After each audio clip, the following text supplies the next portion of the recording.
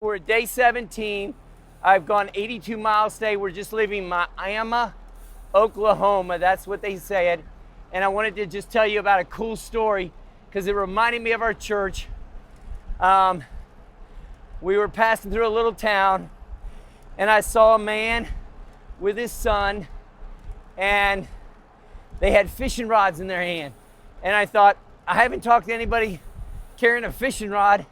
So we whipped off the road and came up to him, said what we were doing, asked him about his life, and I asked him the question, what's important to you?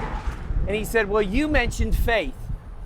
He said, I have been sober for 4 years because I've been part of a Celebrate Recovery program through a church here in town that I got invited to.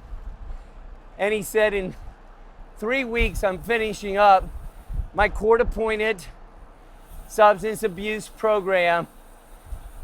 And he was so positive and so encouraged. And it reminded me that on this trip, man, I've heard so many negative stories about church and how it's impacted people. But it was so cool because I've had a couple of these where somehow something through the Church of Jesus has impacted somebody's life. And there he was, getting to spend time with his little boy and just so excited. They were going fishing and he said, we go to a little historical bridge over here, a mile from here. So Glenn and Judy in our van, which we call the Chuck Wagon 16, they took him over there.